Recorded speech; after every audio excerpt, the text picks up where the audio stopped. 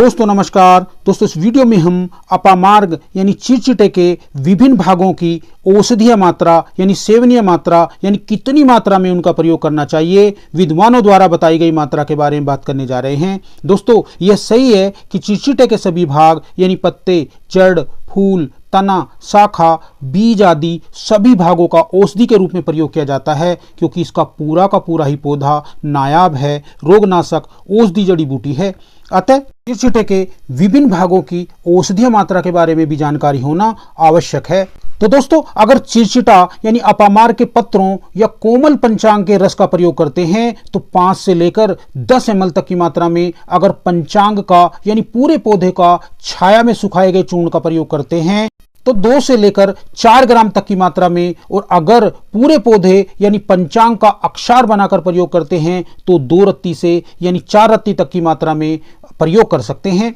अगर पत्तों का चूर्ण लेते हैं तो 2 से 4 ग्राम तक प्रयोग कर सकते हैं। इसी तरह अगर चिरचिटे की जड़ लेते हैं तो जड़ के चूर्ण को भी 2 से लेकर 4 रत्ती तक की मात्रा में आयु, बल, प्रकृति, देश काल, वातावरण आदि का ध्यान रखते हुए, अनुपान का ध्यान रखते हुए प्रयोग करा सकते हैं। इस प्रकार विद्वानों द्वारा बताई गई अपामार्ग की सेवनीय मात्रा यानी मेडिसिनल डोज होती है। अब दोस्तों बात करते हैं चिरचिटा किन किन रोगों में लाभ करता है। तो दोस्तों बता दें कि चिरचिटा वह नायाब औषधि है जो न केवल सेवन से रोगों का नाश करता है बल्कि स्पर्श द्वारा भी रोगों, परेशानियों का दमन करता है। प्राचीन काल से लेकर आज तक भी अनुभवी विद्वान सहज प्रसव कराने, विषम ज्वर की चिकित्सा करने, कीटाणुओं, जीवाणुओं का नाश करने, जख्मों, घावों को भरने तथा रक्त का शोधन करने के लिए चिरचिटे का प्रयोग स्पर्श, लेप, पट्टी, झाड़ा, धोने साफ करने में भी खूब करते हैं। यही नहीं, चिरचिटे के अक्षार द्वारा क्षार सूत्र का भी निर्माण किया जाता है, जो क्षार सूत्र बवासीर के मस्सों को नष्ट कर देता है।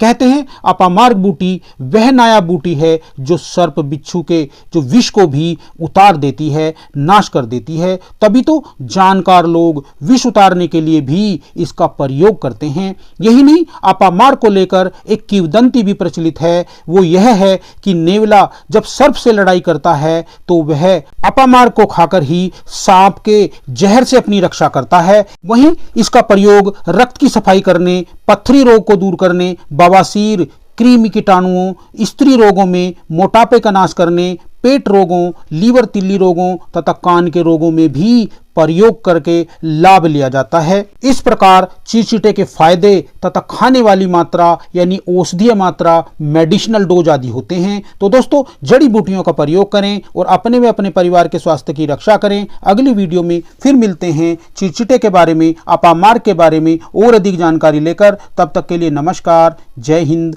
जय आयुर्वेद।